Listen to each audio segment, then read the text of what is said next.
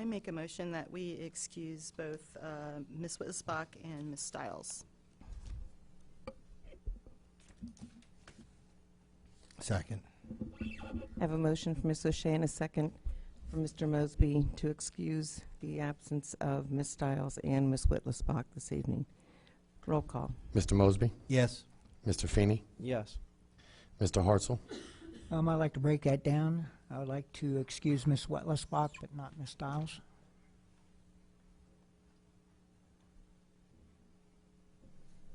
Ms. Nichols? Yes. Ms. O'Shea?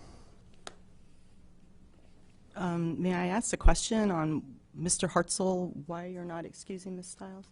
Ms. Stiles has missed 4 times this year, and I feel that if you're not here in council, then we need to set a precedent as to being here is important. Then I would say no.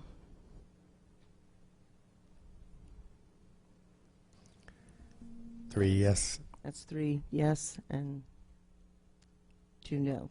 Yes, ma'am. 2 no. Do we need? Should we do a second? Madam President, I think there's a question Yeah. from Mrs. O'Shea about whether or not Mr. Hartzell voted no or not. He voted yes for Ms. Whittlesbach and And no, for Ms. Stiles. Stiles. Okay. So then I, in turn, will vote yes for both of them. I was confused by that. Okay, Sorry. thank you. Mi- Motion passed. Okay. You have before you the minutes of the October 1st and October 5th council meetings. Are there any additions or corrections? Madam President, Ms. Mason? I wish to say that on the October 5th minutes, under call of members, there was a discussion about at that special council meeting that Mr. Hartzell was not called upon during roll call. October 1st. And that, no, it's the minutes from October 5th. Okay, sorry.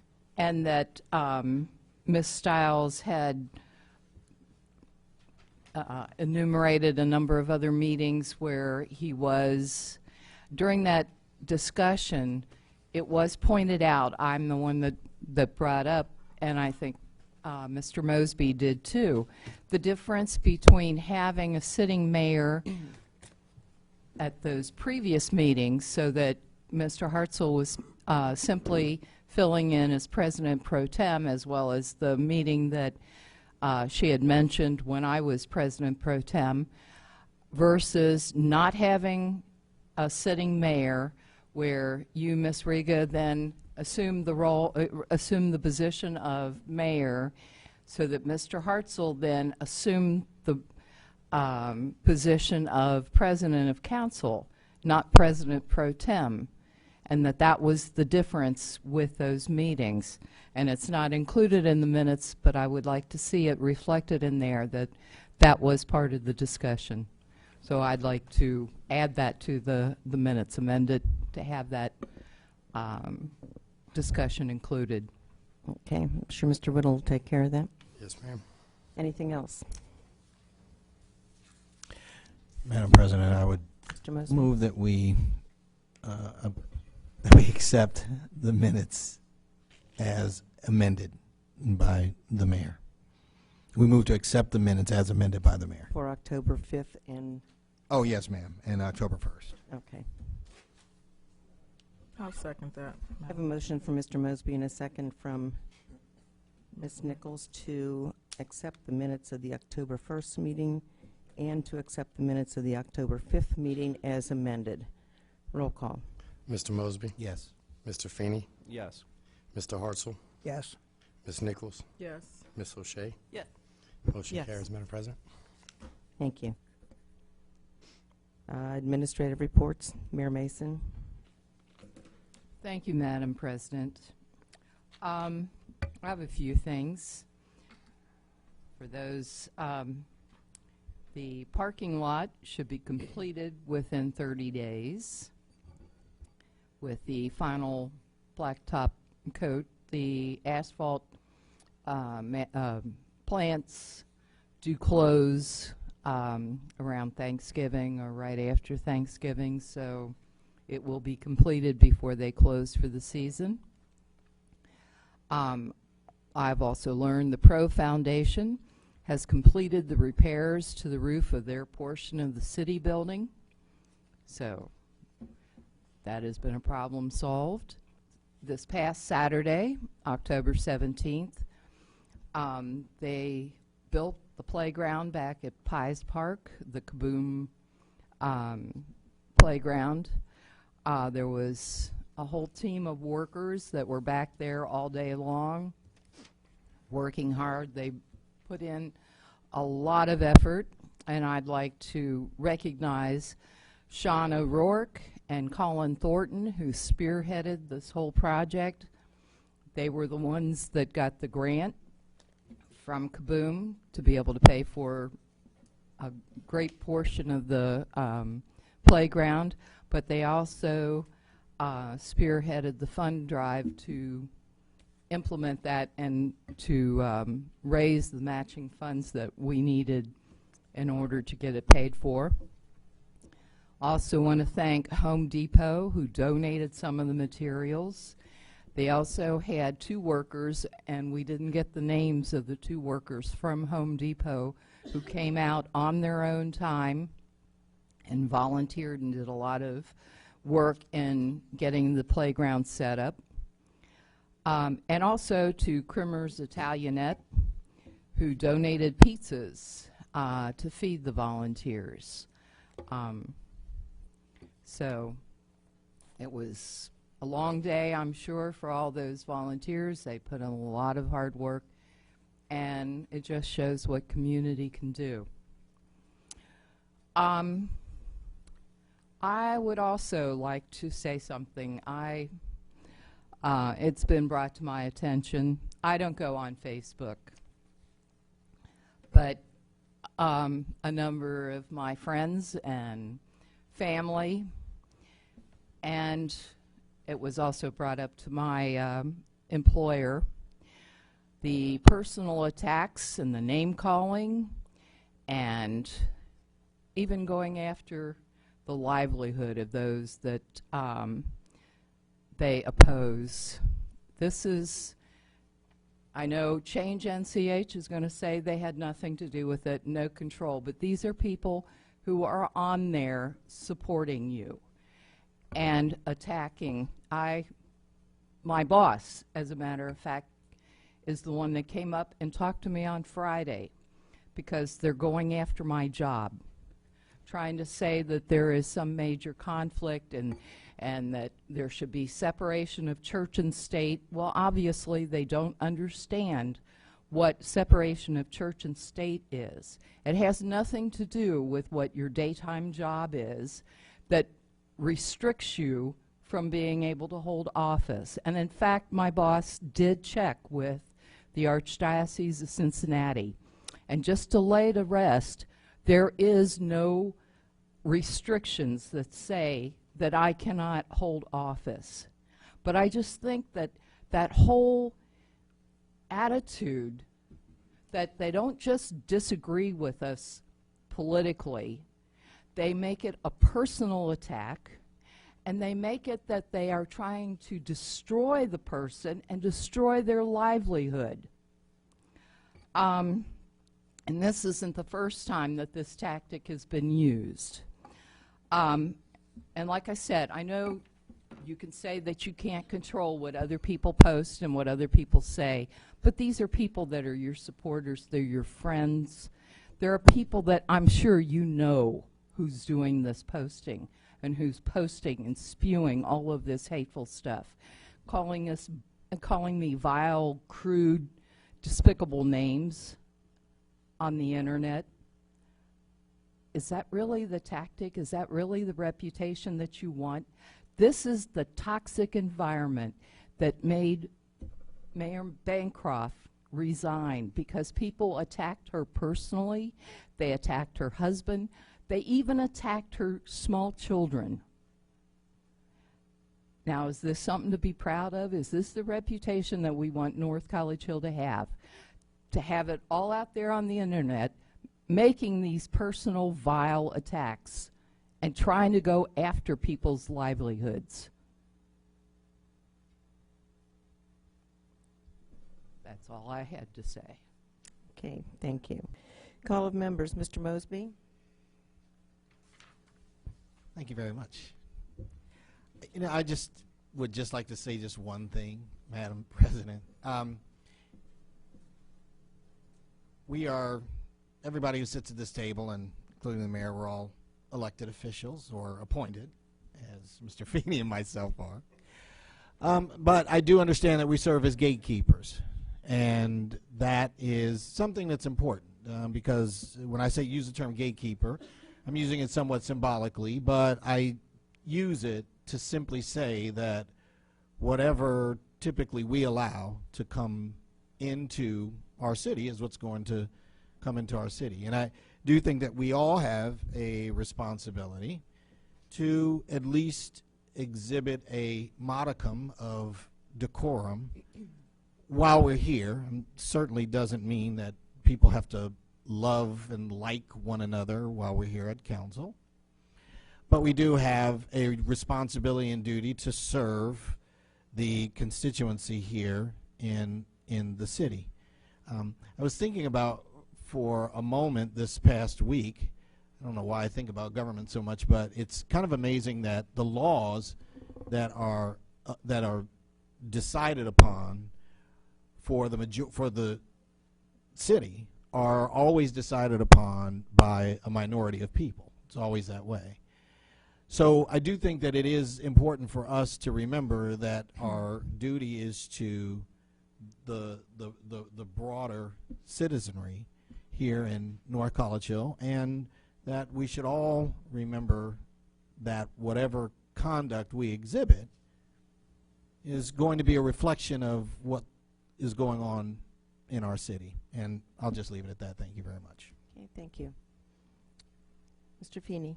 Sure. Hopefully I can make the tone a little bit more upbeat here. But I'd like to thank the committee for their vote of confidence in appointing me to this position. There's much to be done, and I look forward to working with each of you to move our city forward and make it more competitive in the region. To the citizens, I am interested in your ideas on how to improve our city. Most of us up here have full-time jobs, myself included, but if you leave me a voicemail, if you send me an email, I assure you that your message will be heard. Thank you. Thank you. Mr. Hartzell.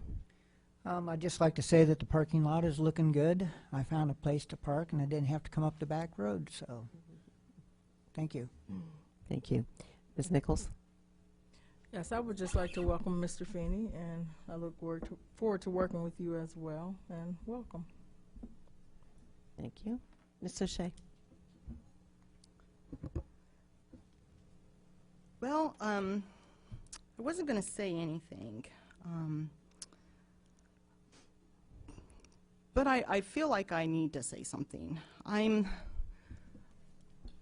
I hate feeling like a child that's been reprimanded when I haven't done anything wrong. Just because you're part of something doesn't mean we're all guilty by association. I have not slandered anybody. I have not spoken out of turn to anybody, and I just feel like that was a blanket statement for all of the people that are not in Miss Mason's political realm. I think we should be fair, and we need to let the citizens decide what happens on Election Day. I don't agree with slander in any way, shape, or form. I think we should tell the truth in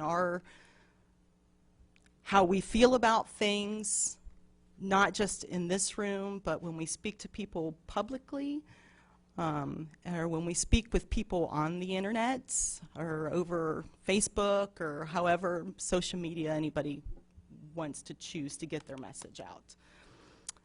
But I don't know. I just felt really bad about Miss Mason's speech that she gave, and I just don't want to be found guilty because I'm associated with a certain group of people.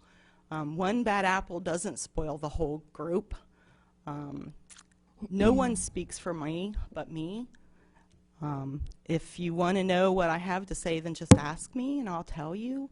I don't need to go on social media and say that. I've been forthright in everything, and I just felt like I needed to say something almost to defend myself. But that's really all that I have. Thank you. Okay, thank you. Any remarks from the audience? Mr. O'Shea? Jim O'Shea, 1916 Acorn Drive. I'm a little surprised, I guess, when we started off with the mayor, I believe in an unprecedented move, asking for revisions to the council minutes. I don't think that's ever happened to the best of my knowledge. So I'm really confused as to the authority for that to take place. But I guess we've seen a lot of new things happen in the last couple of years with former Mayor Brooks leaving, the appointment of Ms. Bancroft. For whatever reason, she decided to resign. And now for the appointment of Ms. Mason, the subsequent appointment of Mr. Feeney. So there's been a lot of new things happening during the last less than 2 years from the Democratic folks. Anyway, Mr. Mosby had mentioned that the issue of the importance of serving the people, and that council, generally speaking, is here to serve the people. And I think it's also obvious that in serving, it's important to recognize the fiscal responsibility that council has. And having said that, I would like to know if Ms. Mason is going to address the fiscal responsibility concerns of overspending for the city manager's account. Mr. O'Shea, that is part of litigation, and as such, we have been advised, that was talked about in executive session, and the explanation, and we have been advised. I have been told by lawyers, you do not talk about what is being litigated, and especially, you know, so no, I am not going to give you an answer on that because of counsel.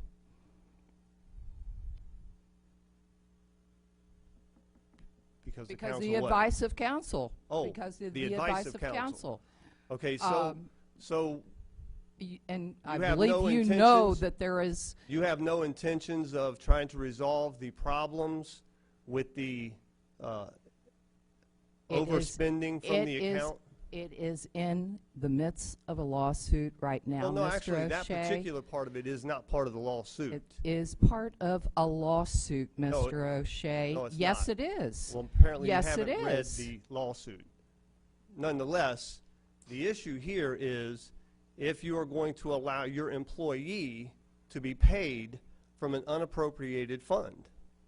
It is part of a lawsuit. How many times do I have to tell you that? Well, It is part of a lawsuit. okay, it's And we have been advised by Thank you for counsel your that we are opinion. not to discuss that. Thank you for your opinion, but that is not part of the lawsuit. So again, I'm just asking, in general, are you going to continue to allow the finance director to pay money out of an account that has negative funds? It is part of a lawsuit, Mr. O'Shea. You're not going to answer the question? That is my answer. You may not like my answer, but that is my answer. It is part of a lawsuit. Do you have Not anything about else, liking. Mr. O'Shea? It's not about liking. Move on Mr. to the O'Shea, next question. Do you have anything You're not else? going to get another answer. That is Okay. the answer. Would someone explain to me then why or when does the mayor have the authority to change the minutes to the council meeting, since it's not the mayor's meeting? I don't think it makes any difference. Anybody out there could read the minutes and say they were Miss the last Riga, meeting, really? there's a change. Really, Ms. Riga? Yes, yes, Mr. O'Shea. Please. So someone in the audience could say that I make a motion that we change the Oh, minutes I to the didn't meeting. make she a didn't make a motion. motion. She merely Okay, pointed so out. anyone in the audience could say, I think your minutes are incorrect, and I'd like for you to change them. Why not? And has that ever happened before? Not that I'm aware of. Okay, I didn't think so either. But I haven't memorized every meeting that's happened in well- the past 20 years. I asked to have it changed. Council voted to change it, to add that to it. I heard them, Miss Mason. I was sitting right here. All right. It's that simple. Please sit down. Oh, okay, I guess I'm finished. Yes, I guess you are. All right, thank you for your time, Ms. Riga. You're welcome, Mr. O'Shea. Thank you. Okay. Any further remarks from the audience? Mr. O'Shea?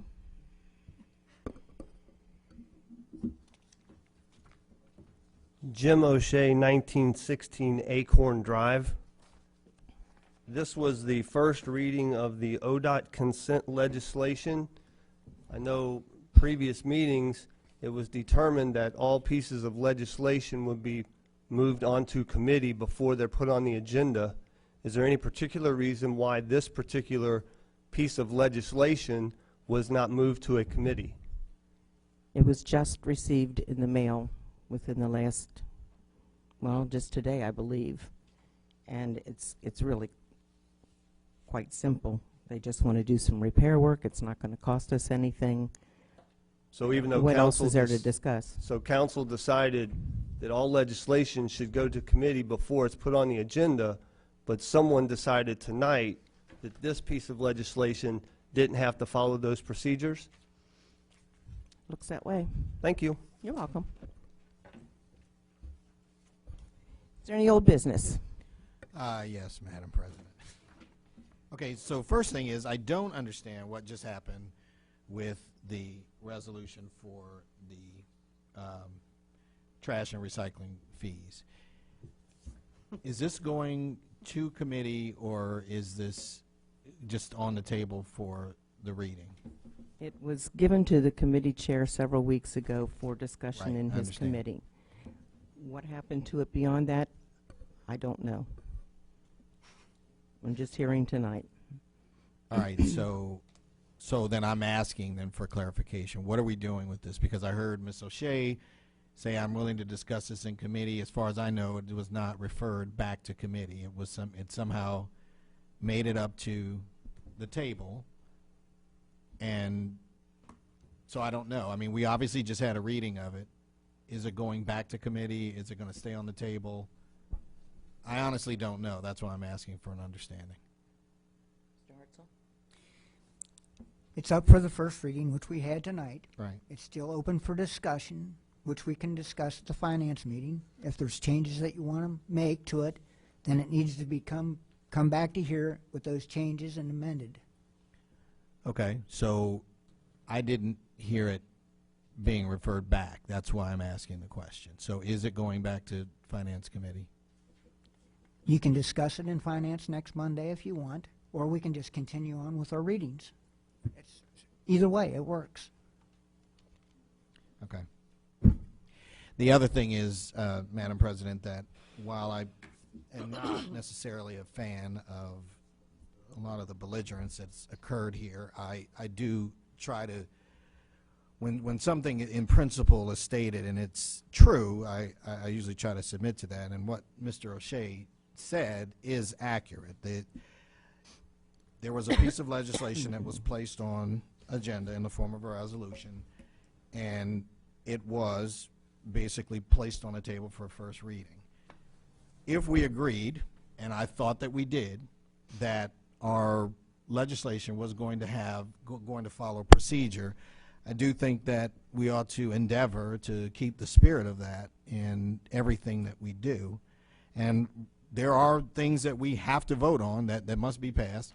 Ordinances and resolutions are those two things. And if they are going to be considered, I truly believe that it is not appropriate to have discussion about these matters on council floor, which is why we have committees. And so if there are questions, and whether the questions come from us or whether the questions come from the audience, people should have a right to have the opportunity to discuss them in an appropriate committee. Well, we've had the first reading of Resolution 12. Yes. I will pass this on to the Safety Committee for further exploration. And then Ms. O'Shea can bring it back to the next meeting. And if there are any changes, we'll amend. Otherwise, we'll have the second reading. I appreciate that. Thank you. Thank you. Ms. Stiles isn't here. Madam President, Ms. Nichols. I make a motion that we adjourn. A second.